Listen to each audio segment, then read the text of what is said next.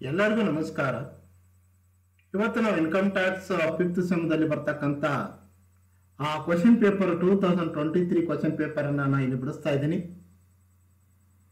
NEP syllabus ಪ್ರಕಾರ 10 marks ಅನ್ನ ಕೇಳ್ತಾ ಇದ್ದಾನ ಅಥವಾ ಕೇಸ್ ಸ್ಟಡಿಗೂ ಕೇಳಬಹುದು 15 ಮಾರ್ಕ್ಸಿಗೆ.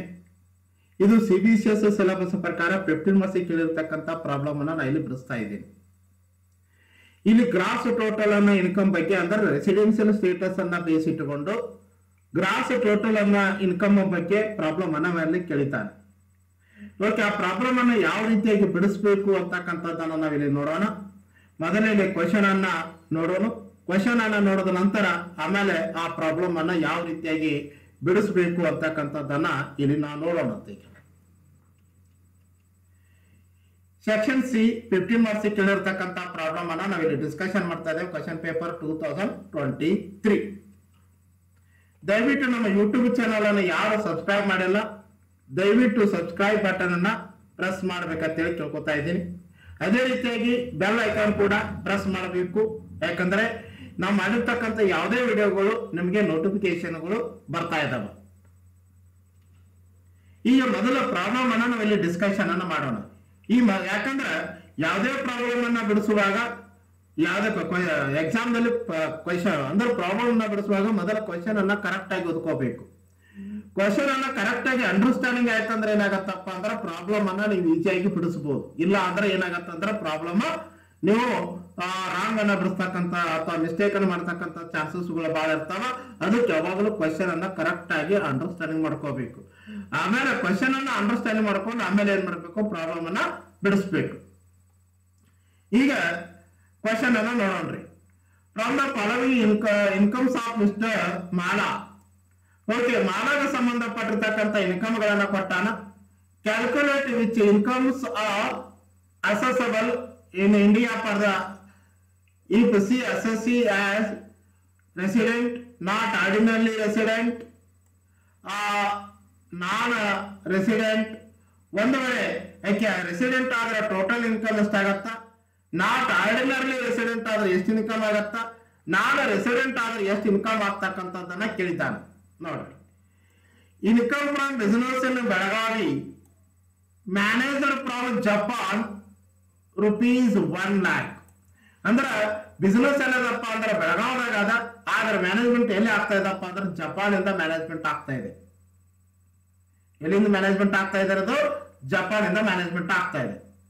ಇನ್ನ income from house property in USA ಅಂದ್ರ USA ದಾಗ ಒಂದು ಹೌಸ್ ಪ್ರಾಪರ್ಟಿ ಅದ, ಆ ಹೌಸ್ ಪ್ರಾಪರ್ಟಿಯಿಂದ ಅವನಿಗೆ ಇನ್ಕಮ್ ಅನ್ನ ಬಂದದ.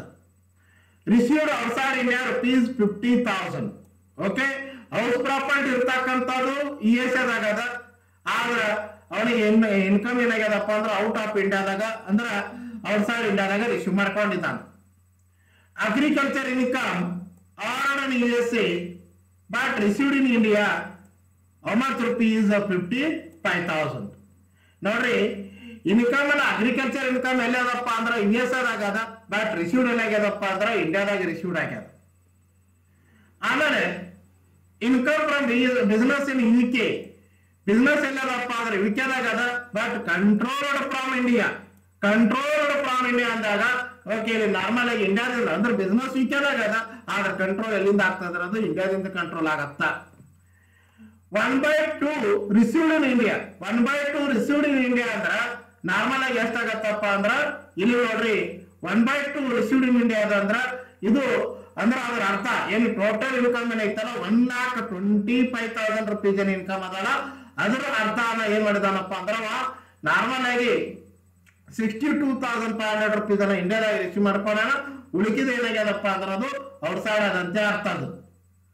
ಇನ್ನ profit from business in Mexico deposited in a bank there. Mexico country ಒಳಗೆ ಬಿಸಿನೆಸ್ ಮಾಡ್ಯಾನ, ಬಿಸಿನೆಸ್ ಮಾಡಿ ಅಲ್ಲಿ ಅಮೌಂಟ್ ತಗೋಣ, ಆದ್ರೆ ಡಿಪಾಸಿಟ್ ಎಲ್ಲಿ ಮಾಡ್ಯಾನ? ಅಲ್ಲೇ ಬ್ಯಾಂಕ್ ನಲ್ಲಿ ಡಿಪಾಸಿಟ್ ಮಾಡ್ಯಾನ. ಎಷ್ಟಾದ್ರೆ ಅಮೌಂಟ್ ಅದು 65,000. Profit from sale of building in India received ಇನ್ ಶ್ರೀಲಂಕಾ ₹93,000. ನೋಡ್ರಿ, profit from sale of building in India. ನೋಡ್ರಿ, ಇಂಡಿಯಾದಾಗ ಒಂದು ಬಿಲ್ಡಿಂಗ್ ಅದ, ಆ ಬಿಲ್ಡಿಂಗ್ ಅನ್ನ ಸೇಲ್ ಮಾಡ್ಯಾನ, ಆದ್ರೆ ಅಮೌಂಟ್ ಅನ್ನು ಎಲ್ಲಿ ರಿಸೀವ್ ಮಾಡ್ಯಾನ್ರವ ಶ್ರೀಲಂಕಾದಾಗ ರಿಸೀವ್ ಮಾಡ್ಯಾನ ಎಲ್ಲಿ ರಿಸೀವ್ ಮಾಡ್ಯಾನ್ರವನ ಶ್ರೀಲಂಕಾ ಒಳಗೆ ರಿಸೀವ್ ಮಾಡ್ಯಾನ Past untaxed foreign income brought into India during the previous year 75,000 ನೋಡ್ರಿ untaxed income ಅನ್ನ ಇಂಡಿಯಾಕ್ಕೆ ತಗೊಂಬಂದ ಅದೆಷ್ಟಾದ್ರೆ ಅಮೌಂಟ್ ಅದು 75,000 rupees ಅದು salary received in India for service rendered in UK okay UK service ಮಾಡ್ಯಾರ UK service ಮಾಡ್ಯಾನ ಆದ್ರ salary ಎಲ್ಲಿ receive ಆಗ್ಯದ ಅದು ಇಂಡಿಯಾದಾಗ ರಿಸೀವ್ ಆಗ್ಯದ ಓಕೆ ಸರ್ವಿಸ್ ಎಲ್ಲಿ ಮಾಡ್ಯಾನಪ್ಪ ಅಂದ್ರೆ ಯುಕೆದಾಗ ಮಾಡ್ಯಾನ ಆದ್ರ ಸರ್ವಿಸ್ ಕೊಟ್ಟಿದೆ ಯುಕೆದಾಗ ಕೊಟ್ಟಾನ ಆದ್ರ ಸ್ಯಾಲರಿ ಎಲ್ಲಿ ರಿಸೀವ್ ಆಗ್ಯದ ಅದು ಇಂಡಿಯಾದಾಗ ರಿಸೀವ್ ಆಗ್ಯದ salary received in USA for service render in Mumbai ನೋಡ್ರಿ ಮುಂಬೈದಾಗ ಸರ್ವಿಸ್ ಕೊಟ್ಟಾನ ಆದ್ರ ಸ್ಯಾಲರಿ ಎಲ್ಲಿ ರಿಸೀವ್ ಮಾಡ್ಯಾನ್ರ ಅದನ್ನ US ಒಳಗೆ ರಿಸೀವ್ ಮಾಡ್ಯಾನ dividend from domestic company ₹68,000 domestic company ಅಂದ್ರೆ Indian company income earned and received in Japan ನೋಡ್ರಿ ಅರ್ನಿಂಗ್ ಮಾಡಿದ್ರು ಜಪಾನ್ದಾಗೆ ರಿಸೀವ್ ಮಾಡಿದ್ರು ಜಪಾನ್ದಾಗೆ but the amount was remitted to India ₹33,000 ಅಂದ್ರೆ ಜಪಾನ್ದಾಗೆ ವರ್ಕ್ ಮಾಡ್ಯಾನ ಜಪಾನ್ದಾಗೆ ರಿಸೀವ್ ಮಾಡ್ಯಾನ ಆಮೇಲೆ ಏನ್ ಮಾಡ್ಯಾರಿ ಅಲ್ಲಿಂದ ಬ್ಯಾಂಕ್ ಅಕೌಂಟ್ ಇಂದ ಆ ಜಪಾನ್ದಾಗ ಇರ್ತಕ್ಕಂಥ ಬ್ಯಾಂಕ್ ಅಕೌಂಟ್ ಇಂದ ಇಂಡಿಯಾಕ್ಕೆ ಅಮೌಂಟ್ ಅನ್ನ ಕೊಟ್ಟು ಕಳಿಸ್ಯಾರ ಅದು ಎಷ್ಟದಪ್ಪ ಅಂದ್ರೆ ₹33,000 ಅದ profit from business in Iraq ₹55,000 but business is controlled from England okay ಇರಾಕದಾಗ ಬಿಸಿನೆಸ್ ಮಾಡಕತ್ತಾನ ಆದ್ರ ಬಿಸಿನೆಸ್ ಎಲ್ಲಿಂದ ಕಂಟ್ರೋಲ್ ಆಗ್ತದ ಅಂದ್ರೆ ಅದು ಇಂಗ್ಲೆಂಡ್ ದಿಂದ ಕಂಟ್ರೋಲ್ ಆಗ್ತದ ನೋಡ್ರಿ ಇಲ್ಲಿ ಈ ರೀತಿ ಪ್ರಾಬ್ಲಮ್ ಅನ್ನ ಕೊಟ್ಟಾನ ಈ ಪ್ರಾಬ್ಲಮ್ ಅನ್ನ ಯಾವ ರೀತಿಯಾಗಿ ಬಿಡಿಸ್ಬೇಕು ಅನ್ನೋದು ಹೇಳ್ತಾ ಇದ್ದೀನಿ ಇಲ್ಲಿ ಮೊದಲ ಆ ಪ್ರಾಬ್ಲಮ್ ದಾಗ ಏನು ವ್ಯಕ್ತಿ ಹೆಸರು ಕೊಟ್ಟಿರ್ತಾನ ಆ ವ್ಯಕ್ತಿ ಹೆಸರನ್ನ ಬರೀಬೇಕು ಆ ಪ್ರಾಬ್ಲಮ್ ಈ ಪ್ರಾಬ್ಲಮ್ ದಲ್ಲಿ ಕೊಟ್ಟಿರ್ತಕ್ಕಂತ ವ್ಯಕ್ತಿ ಹೆಸರು ಏನದಪ್ಪ ಅಂದ್ರೆ ಶ್ರೀಮತಿ ಮಾಲಾ ಅಂತ ಅದ competition of gross total income ಅಂತ ಬರೀರಿ ಫಾರ್ ಅಸೆಸ್ಮೆಂಟ್ ಇಯರ್ 2023-24 ಅಂತ ಬರೀರಿ ಇಷ್ಟು ಬರೆದ ಮೇಲೆ ಈ ರೀತಿ ಕಾಲಮ್ ಅನ್ನ ಹಾಕೋಬೇಕು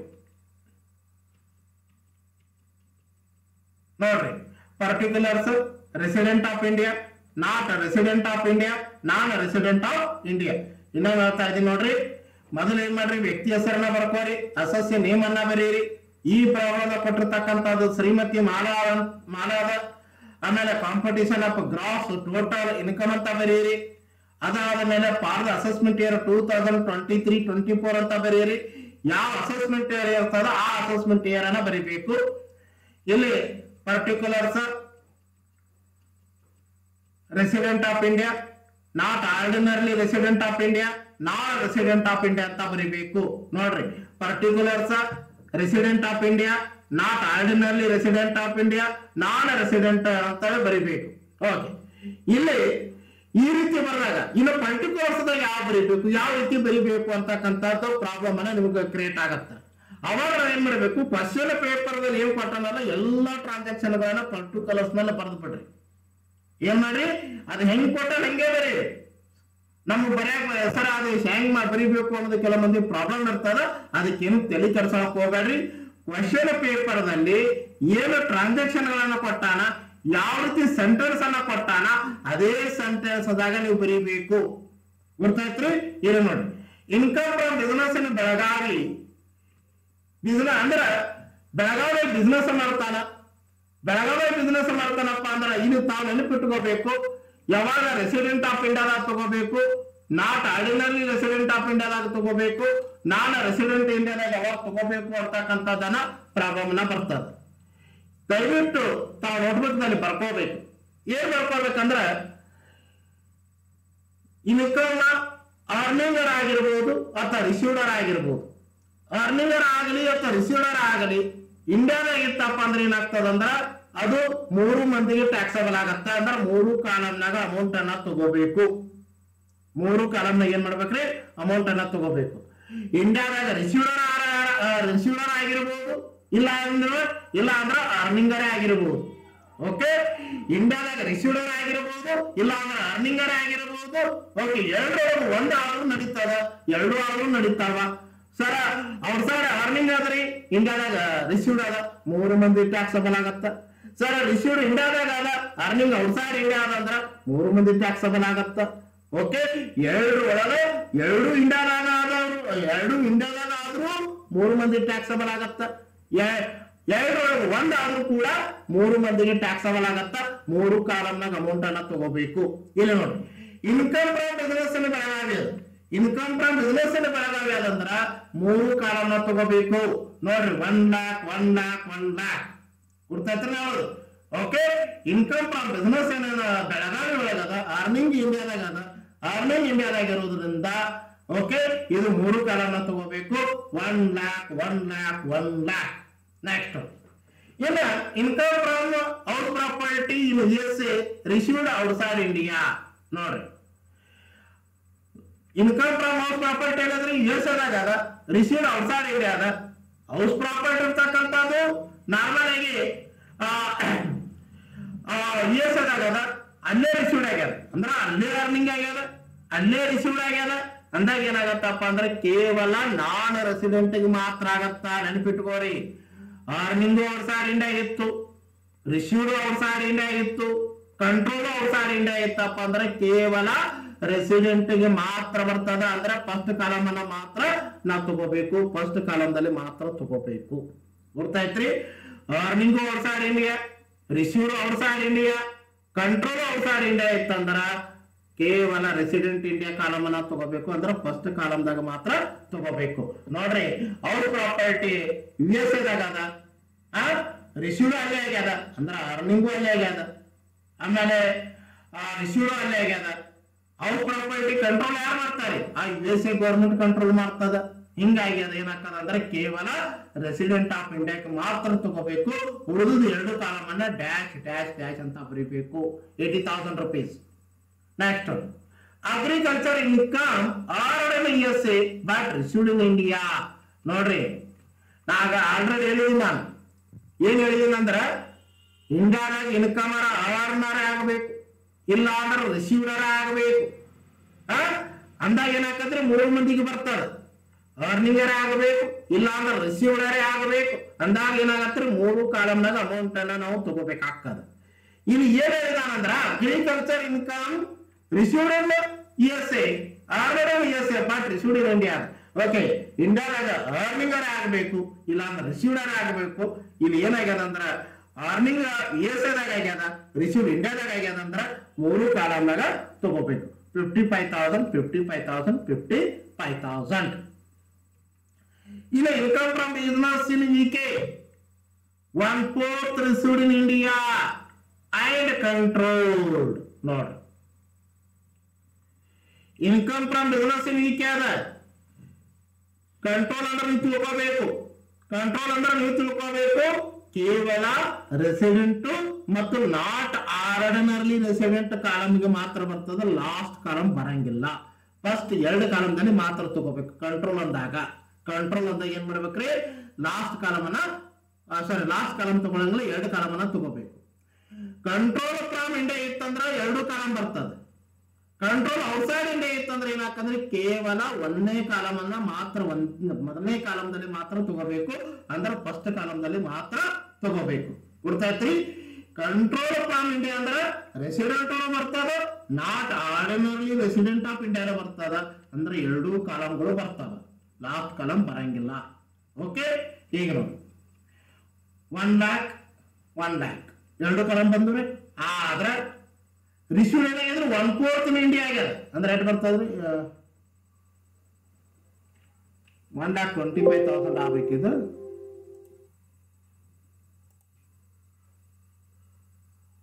ಹೌದೌದು, 1,25,000 ಆಗ್ಬೇಕು.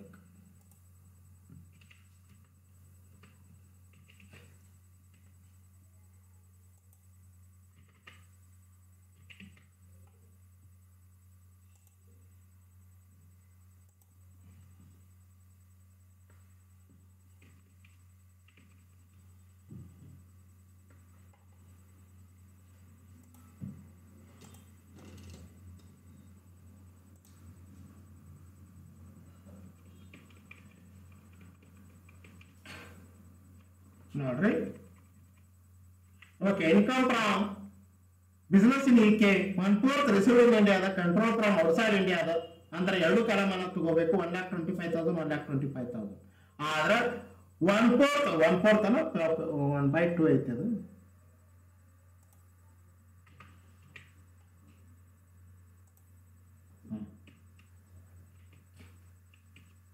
1,25,000 ಅದರ ಅರ್ಧ ತಗೋರಿ ರಿಸೀವ್ಡ್ ಇನ್ ಇಂಡಿಯಾದ 62,500 ಆಕ್ಚುಲಿ ನಾವು ಲಾಸ್ಟ್ ಕಾಲಮ್ ತಗೋಬಾರ್ದಾಗಿತ್ತು ಯಾಕೆ ತಗೊಂಡೇವೆ ಅಂದ್ರೆ ಇಲ್ಲಿ ರಿಸೀವ್ಡ್ ಇನ್ ಇಂಡಿಯಾದ ಎಷ್ಟು ಅದ್ರಿ 1/2 ಇಂಡಿಯಾದಾಗ ರಿಸೀವ್ ಅದ ಅದಕ್ಕೆ ನಾವೇನ್ ಮಾಡಪ್ಪ ಅಂದ್ರ 1,25,000 ಅರ್ಧ ಅಂದ್ರೆ ಎಷ್ಟಾಗತ್ತೆ ನೋಡ್ರಿ 1,25,000 ಅರ್ಧ ಅಂದ್ರೆ ಎಷ್ಟಾಗತ್ರಿ 62,500 rupees ಆಗತ್ತೆ profit from business in Mexico deposited the ನೋಡ್ರಿ ಮೆಕ್ಸಿಕೋ ಕಂಟ್ರಿ ಒಳಗೆ ಬಿಸ್ನೆಸ್ ಮಾಡ್ಯಾನ ಅಲ್ಲೇ ಡಿಪಾಸಿಟ್ ಮಾಡ್ಯಾನ ಹಿಂಗಾಗಿ ಏನಾಗ್ತದಪ್ಪ ಅಂದ್ರ ಫಸ್ಟ್ ಕಾಲಮ್ದಾಗ ಮಾತ್ರ ಬರ್ತದೆ ಯಾಕಂದ್ರ ರೆಸಿಡೆಂಟಿಗೆ ಮಾತ್ರ ಬರ್ತದೆ ಆಲ್ರೆಡಿ ನಾನು ನಿಮಗೆ ಹೇಳಿದ್ದೀನಿ earning outside India received outside India control outside India ಇತ್ತು ಅಂದ್ರೆ ಕೇವಲ ರೆಸಿಡೆಂಟ್ ಇಂಡಿಯಾ ಮಾತ್ರ ಬರ್ತದ ಅಂದ್ರೆ ಫಸ್ಟ್ ಕಾಲಮ್ದಾಗ ಮಾತ್ರ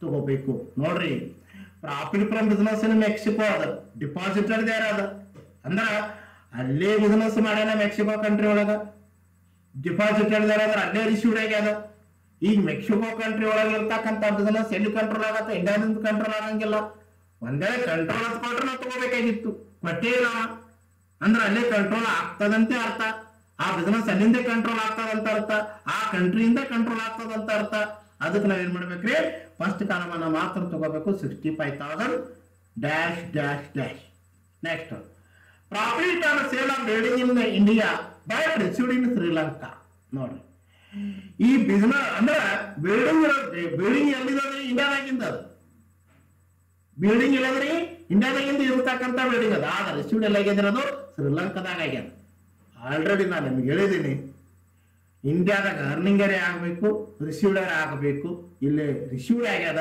ಸಾರಿ ಅರ್ನಿಂಗ್ ಆಗ್ಯದ ಯಾಕಂದ್ರೆ ಬಿಲ್ಡಿಂಗ್ ಎಲ್ಲ ಇಂಡಿಯಾದಾಗಿಂದ ಅದ ಅರ್ನಿಂಗ್ ಇಂಡಿಯಾದಾಗ ಇರೋದ್ರಿಂದ ಇದು 3 ಕಾಲಮ್ನಾಗ ಬರ್ತದ 93,000 ನೋಡ್ರಿ ಯಾಕೆ ನಾವು 3 ಕಾಲಮ್ದಾಗ ತಗೊಂಡೇವಂದ್ರ ಬಿಲ್ಡಿಂಗ್ ಎಲ್ಲಿ ಅದಂದ್ರ ಇಂಡಿಯಾದಾಗ ಅದ ಅಂದ್ರೆ ಅರ್ನಿಂಗ್ ಇಲ್ಲೇ ಆಗ್ಯದ ರಿಸೀವ್ಡ್ ಬೇರೆ ಕಡೆ ಆಗಿರ್ಬೋದು ಆದ್ರೆ ಅರ್ನಿಂಗ್ ಎಲ್ಲಿ ಆಗ್ಯದ್ರಿ ಇಂಡಿಯಾದಾಗ ಆಗ್ಯದ ಆದ್ರಿಂದ ಇದು 3 ಕಾಲಮ್ನಾಗ ಬರ್ತದ ಇನ್ನು cost untaxed foreign income brought in to India ಯಾವ ಕಾಲಮ್ದಾಗೂ ತಗೊಳಕ್ ಹೋಗ್ಬೇಡ್ರಿ ಈ ರೀತಿ ಸೆಂಟೆನ್ಸ್ ಅನ್ನ ಕೊಟ್ಟಾಗ ಏನ್ರಿ cost untaxed foreign income brought in to India ಅಂತ ಹೇಳಿರ್ತಾನ ಯಾವ ಕಾಲಮ್ನಾಗೂ ಬರ್ಯಾಕ್ ಹೋಗ್ಬೇಡ್ರಿ ಹೋದರ್ಸದು ಅನ್ಟ್ಯಾಕ್ಸ್ಡ್ ಇನ್ಕಮ್ ಅಂದ್ರ ಟ್ಯಾಕ್ಸ್ ಇರದೇ ಇರ್ತಕ್ಕಂಥ ಇನ್ಕಮ್ ಅನ್ನ ಇಂಡಿಯಾಕ್ ತಗೊಂಡ್ಬಂದಿರ್ತಾನ ಅದನ್ನ ಯಾವ ಕಾಲಮ್ನಾಗೂ ಬರ್ಯಾಕ್ ಹೋಗ್ಬೇಡ್ರಿ dash dash dash dash next salary received in India for service in UK ನೋಡ್ರಿ ನಾ ಹೇಳಿದಿನ 3 ಕಾಲಮ್ನ ತಗೋಬೇಕಂದ್ರ ರಿಸೀವ್ಡರ್ ಆಗಿರಬೇಕು ಒಂದು ಅರ್ನಿಂಗರೇ ಆಗಿರಬೇಕು ಒಂದು ಇಲ್ಲಿ ರಿಸೀವ್ಡ್ ಇನ್ ಇಂಡಿಯಾ ಅದ ಸರ್ವಿಸ್ ಎಲ್ಲಿ ಕೊಟ್ಟಾನವ UK ಸರ್ವಿಸ್ ಮಾಡ್ಯಾನ ಅಂದ್ರೆ UK ಜಾಬ್ ಮಾಡ್ಯಾನ UK ಜಾಬ್ ಮಾಡಿ ಇಂಡಿಯಾದಾಗ ಅಮೌಂಟ್ ಅನ್ನ ಸ್ಯಾಲರಿ ರಿಸೀವ್ ಮಾಡ್ಯಾನ ಆದ್ರಿಂದ 3 ಕಾಲಮ್ನಾಗ ಬರ್ತದ 3 ಕಾಲಮ್ನಾಗ ಬರ್ತದ ಓಕೆ 42,000 ಗೊತ್ತಾಯ್ತ್ರಿ next dividend from domestic company ಮೊದಲೇನಿತ್ತು ಟ್ಯಾಕ್ಸ್ ಇದ್ದಿದ್ದಿಲ್ಲ ಈಗ ಟ್ಯಾಕ್ಸ್ ಅದ ಓಕೆ ಡೊಮೆಸ್ಟಿಕ್ ಕಂಪನಿ ಅಂದ್ರೆ ಇಂಡಿಯನ್ ಕಂಪನಿ 68,000 ಯಾಕಂದ್ರ ಇಂಡಿಯನ್ ಕಂಪನಿ ಇರೋದ್ರಿಂದ ನಾರ್ಮಲ್ ಆಗಿ 3 ಮಂದಿಗೆ ಟ್ಯಾಕ್ಸ್ ಬೀಳ್ತದ 68,000 domestic dividend from domestic company 68,000 okay salary received in USA for service in Mumbai ನೋಡ್ರಿ salary ಎಲ್ಲಿ ರಿಸೀವ್ ಮಾಡ್ಯಾನಪ್ಪ ಅಂದ್ರ USA ಒಳಗ ರಿಸೀವ್ ಮಾಡ್ಯಾನ ಆದ್ರೆ ಸರ್ವಿಸ್ ಎಲ್ಲಿ ಕೊಟ್ಟಾನ್ರಿ ಮುಂಬೈದಾಗ ಅಂದ್ರ ಇಂಡಿಯಾದಾಗ ನೋಡ್ರಿ ನಾ ಆಲ್ರೆಡಿ ನಿಮ್ಗೆ ಎಷ್ಟೋ ಸಲ ಹೇಳಿದ್ದೀನಿ ಒಂದು ರಿಸೀವ್ಡರೇ ಆಗಬೇಕು ಒಂದು ಇಲ್ಲ ಅಂದ್ರೆ ಅರ್ನಿಂಗರೇ ಆಗಬೇಕು ಒಂದು ಇವು ಎರಡು ಒಂದು ಇಂಡಿಯಾದಾಗ ಆಯ್ತಂದ್ರೆ ಏನಾಗ್ತಂದ್ರೆ 3 ಮಂದಿಗೆ ಟ್ಯಾಕ್ಸ್ ಬೀಳ್ತದ ಓಕೆ 3 ಕಾಲಮ್ದಾಗ 76,000 ನೋಡ್ರಿ ಇಲ್ಲಿ ಸರ್ವಿಸ್ ಎಲ್ಲಾಗ್ಯದಪ್ಪ ಅಂದ್ರೆ ಮುಂಬೈದಾಗ ಆಗ್ಯದ ಅಂದ್ರೆ ಅರ್ನಿಂಗ್ ಎಲ್ಲಾಗ್ಯದ ಮುಂಬೈದಾಗ ಆಗ್ಯದ ಅಂದ್ರೆ ಇಂಡಿಯಾದಾಗ ಆಗ್ಯದ 76,000. Next salary received in USA, service rendered in daily. ನೋಡ್ರಿ salary received ಹೇಳಿದ್ರೆ USA ದಾಗ ಅದ, ಆದ್ರೆ ಸರ್ವಿಸ್ ಎಲ್ಲಿ ಕೊಟ್ಟಾನ ಡೈಲಿ ಒಳಗೆ ಕೊಟ್ಟಾನ. ಇದು 3 ಮಂದಿಗೆ ಬರ್ತದ ಅದಲ್ರಿ, ಯಾಕಂದ್ರೆ ಅರ್ನಿಂಗರ್ ಆಗಿರ್ಬೇಕು ಇಲ್ಲಾಂದ್ರೆ ರಿಸೀವ್ಡರ್ ಆಗಿರ್ಬೇಕು ಇಂಡಿಯಾದಾಗ. ಅವಾಗ ಏನಾಕತ್ರಿ 3 ಕಾಲಮ್ನಾಗ ಬರ್ತದೆ 60,000, 60,000, 60,000. Next income earn and received in Japan. ನೋಡ್ರಿ ಅಲ್ಲೇ ರಿಸೀವ್ ಮಾಡಿ ಅಲ್ಲೇ ಇನ್ಕಮ್ ಅನ್ನ ಅರ್ನ್ ಮಾಡ್ಯಾನ, ಅಲ್ಲೇ ರಿಸೀವ್ ಮಾಡ್ಯಾನ, ಆಮೇಲೆ ಇಂಡಿಯಾ ಕೊಟ್ಟು ಕಳಿಸ್ಯಾನ. ಕೇವಲ ಫಸ್ಟ್ ಕಾಲಮ್ ಅನ್ನ ಮಾತ್ರ ಬರ್ತದ. ನೋಡ್ರಿ ಈ ರೀತಿ ಕೊಟ್ಟಿದ್ದ ಅಂದ್ರ ಅಲ್ಲೇ ಇನ್ಕಮ್ ಅನ್ನ ಅರ್ನ್ ಮಾಡ್ಯಾನ, ಅಲ್ಲೇ ರಿಸೀವ್ ಮಾಡ್ಯಾನಪ್ಪ ಅಂದ್ರೆ ಏನಾಗತ್ತಂದ್ರ ಬಿಸಿನೆಸ್ ಅಲ್ಲಿಂದೇ ಕಂಟ್ರೋಲ್ ಆಗ್ತದಂತ ಅರ್ಥ. ಓಕೆ, ಬಿಸಿನೆಸ್ ಅಲ್ಲಿಂದೇ ಕಂಟ್ರೋಲ್ ಆಗ್ತದಂತ ಅರ್ಥ. ನೋಡ್ರಿ income earning outside India, received outside India, business control outside India ಇದ್ದಾಗ ಏನಾಗತ್ತಪ್ಪ ಅಂದ್ರ ಅದೇನಾಗತ್ತ ರೆಸಿಡೆಂಟ್ ಗೆ ಮಾತ್ರ ಬರ್ತದ. Income earned and received in Japan ಅಂತ ಹೇಳಿದ್ರೆ ರೆಮಿಟೆಡ್ ಅಂದ್ರ ಅಲ್ಲೇ ತಗೊಳ್ಳೋಣ, ಆಮೇಲೆ ಇಂಡಿಯಾ ಕೊಟ್ಟು ಕಳಿಸಿರ್ಬೋದು, ಅದು ಸಂಬಂಧ ಇಲ್ಲ. Okay, 33,000 first column, second column dash, third column dash. Profit from business in Iraq, control from India. ನೋಡ್ರಿ ಅರ್ನಿಂಗ್ ಎಲ್ಲ ಆಗ್ಯದ್ರಿ ಇರಾಕ್ದಾಗ ಆಗ್ಯದ ಅಂದ್ರೆ ಅಲ್ಲೇ ರಿಸೀವ್ಡ್ ಆಗಿರ್ಬೋದಲ್ಲ, ಮುಂದೆ ಏನೋ ಕೊಟ್ಟೇ ಇಲ್ಲ. Profit from business in Iraq but control from England ಅಂತ ಹೇಳ್ತಾನ. ಬಿಸಿನೆಸ್ ಎಲ್ಲದ್ರಿ ಇರಾಕ್ದಾಗ ಅದ, ಕಂಟ್ರೋಲ್ ಎಲ್ಲಿಂದ ಹಾಕಾಗತ್ತದ್ರಿ ಇಂಗ್ಲೆಂಡ್ ದಿಂದ ಹಾಕತ್ತ. ಅಂದ್ರೆ ರಿಸೀವ್ಡ್ನು ಅಲ್ಲೇ ಆಗ್ಯಾನ ಅಂತ ಅರ್ಥ ಅದ್ರದ್ದು. ಈ ಸೆಂಟೆನ್ಸ್ ನೋಡೋದ್ ಏನಂತ ಅನಿಸ್ತದ್ರಿ, ರಿಸೀವ್ಡ್ನು ಅಲ್ಲೇ ಆಗಿರ್ಬೋದು ಅಂತ ಅನಿಸ್ತದ.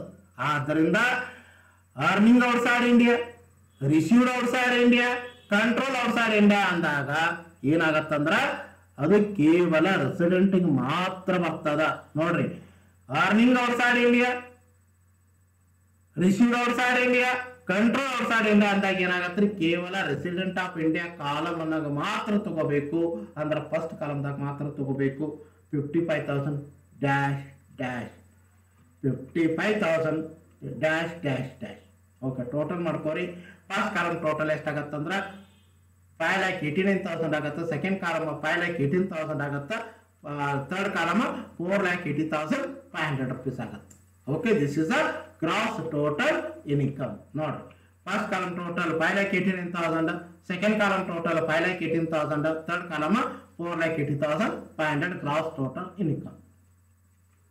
ಓಕೆ, ಈ ರೀತಿಯಾಗಿ ನಾವು ಪ್ರಾಬ್ಲಮ್ ಅನ್ನ ಗ್ರಾಸ್ ಟೋಟಲ್ ಇನ್ಕಮ್ ಪ್ರಾಬ್ಲಮ್ ಅನ್ನ ಬಿಡಿಸ್ಬೇಕಾಗ್ತದ.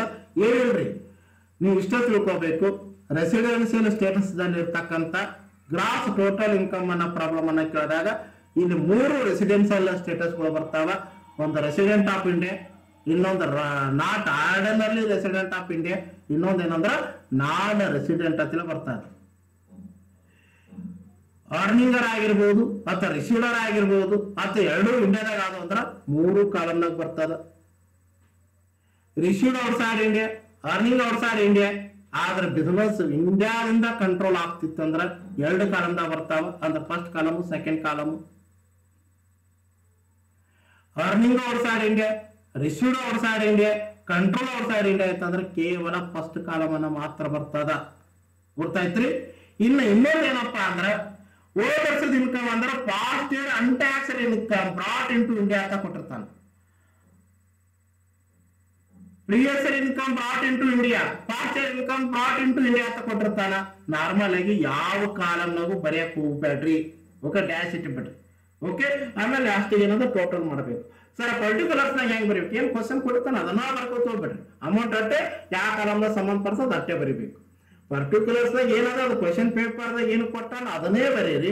ಅಮೌಂಟ್ ಅಟ್ಟೆ ಏನ್ ಮಾಡ್ಬೇಕು, ಯಾವ ಕಾಲಮ್ನಾಗ ಸಂಬಂಧಪಡ್ತದ ಅಷ್ಟೇ ಅಮೌಂಟ್ ಅನ್ನ ಬರಿಬೇಕು.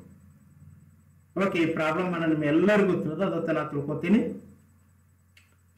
ದಯವಿಟ್ಟು ನಮ್ಮ ಈ ವಿಡಿಯೋನ ಲೈಕ್ ಮಾಡಿ, ಆಮೇಲೆ ಅದೇ ರೀತಿಯಾಗಿ ನಿಮ್ಮ ಎಲ್ಲ ಫ್ರೆಂಡ್ ಸರ್ಕಲ್ಗೆ ಶೇರ್ ಮಾಡಿ. ನಿಮ್ಮ ಅಭಿಪ್ರಾಯ, ನಿಮ್ಮ ಸಲಹೆ ಸೂಚನೆಗಳನ್ನ ಕೆಳಗಡೆ ಕೊಟ್ಟಿರ್ತಕ್ಕಂಥ ಕಮೆಂಟ್ ಬಾಕ್ಸ್ ನಲ್ಲಿ ಬರಿಬೇಕಂತೇಳಿ ಕೇಳ್ಕೊತಾ ಇದ್ದೀನಿ. Thank you for watching the class.